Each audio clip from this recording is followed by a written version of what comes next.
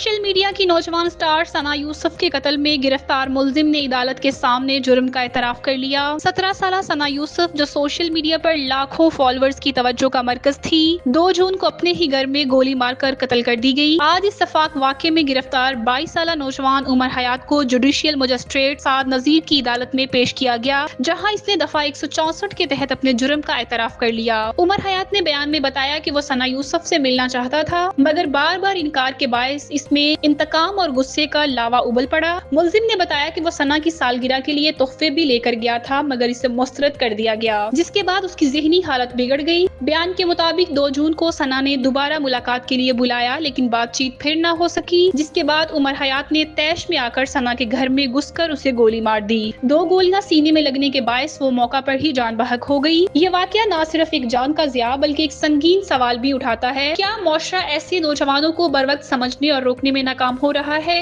सना यूसुफ के कत्ल ने पूरे मुल्क, खास तौर पर सोशल मीडिया पर गमो गुस्से की लहर दौड़ा दी। लाखों मदाहों ने उनकी नागहानी मौत पर अफसोस का इजहार किया और कत्ल को सख्त तरीन सजा देने का मुतालबा किया। ये वाकया सिर्फ एक कत्ल नहीं, ये एक वार्निंग है, एक अलमिया जिसे दोहराने से रोकना हम सब की मुश्तरका जिम्मेदारी है।